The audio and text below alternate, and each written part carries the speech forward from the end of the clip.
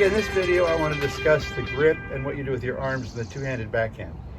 So first of all, the grip. In one of the earlier videos I was talking about the right hand should be in the Continental Grip. Many pro teachers say this is how you do it, but after an awful lot of experimentation and studying the pros, you should have your right hand should be in a backhand grip, just like a one-handed backhand grip. So to get that grip, some pros say you put this knuckle on this bevel and this knuckle on bevel number 13 and A on B, and it's so complicated to get the grip. If you're hitting a tennis ball, you just can't, time to even think about which knuckle is on which bevel, So all you have to do is get in the position you want to be in to hit the ball, and put your racket in the position you want it in when you make contact, which is going to be right about your front foot here. And with your right hand, just take the racket like that, just comfortably, so that my racket face is vertical, and my arm is going to be at about a 45-degree angle to the handle. Okay, here's a couple pretty good guys demonstrating the grip.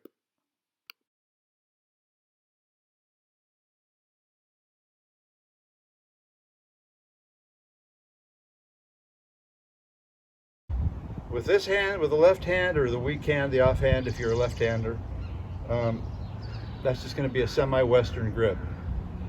So that's how you get your grip. Just make sure that it's vertical by your front foot where you want to hit it, and your grip is completely comfortable in that position. The problem with the Continental Grip is you're going to be like this. Your arm is going to be in an uncomfortable position, and your two hands and two arms are going to be fighting for control, and you're going to wind up being very inconsistent with the height of the ball.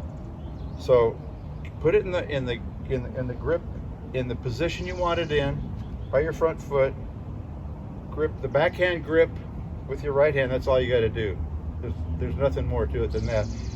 Just take your comfortable grip with this hand. It'll wind up being a semi-western grip. Okay. So now, so that when I go to hit the ball, I'm going to be in a perfect vertical position, comfortable out here with the proper grip. So forget all this stuff about bevel and what number, it makes it so complicated. What number knuckle goes on which bevel, you'll never be able to do that. Just get yourself in that grip. So let's say if I'm in a forehand grip, I want to get into a backhand grip, I can just bring it right over here. At first you just put it in the position, and now you're there. And after a little while, the grip will become real natural. You'll feel it without even having to think about anything else. Okay, so that's the grip you want. Now, what do we do with our arms in a two-handed backhand? The question arises, should our elbows be apart or should they be together? Well, most really good pros, they put their arms almost as close as they can together. And some of them almost touch their forearms in portions of the stroke. They're almost dead nuts together, okay? Here's some pretty good players demonstrating arm togetherness. Notice how their forearms are really close or almost touching.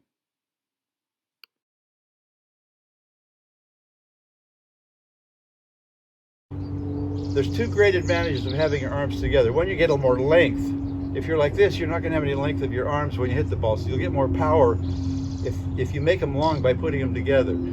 The other advantage is that they're working together in unison. They're working as a team. When you have them separated like this, they'll work separate, and you'll wind up putting balls high, low, medium. It'll be very difficult to control the height of the ball or the strike of the ball.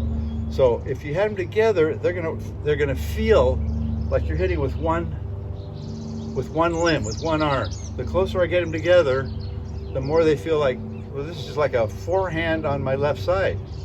If you have them separated, it will never feel like a forehand on this side. So you want to get the same feeling you have when you're hitting a forehand here. If you put them together, you're going to feel the same way here. You're going to feel like you're hitting with one arm, even though they are two. So when you get that feeling that you're hitting the ball with one arm, even though it's two, when the arms are close enough together, you're going to really start hitting your two-handed backhand better than you could ever believe. Now, the other thing that putting the arms close together does is it makes your hands work in unison. Your hands will start feeling like one big hand rather than two separate hands. Okay, you don't want these hands working in separate doing separate jobs, because again, you're going to be flipping your racket all over the place. Now if I put my arms together, my hands almost feel like one hand. So it's going to feel like you're hitting the ball with one arm and one hand. And again, if you get your hands doing that, they will really work together in unison. So you'll get this hinging motion right here. When you make contact with the ball, they'll hinge right together. And that's what you want. You want the feeling that they are hinging the ball. The hinge is breaking right at contact, and they're doing it right together, again, in unison as a team. So if you have your arms close together, you'll have a completely different feel than if you have your arms separated like this. So close together like this, your hands and arms should feel like they're one unit. So when you take your swing, it feels like I'm hitting a forehand. So hopefully I'm going to get my ball machine to work, and we'll hit a couple here, and I'll try to give you a good demo. So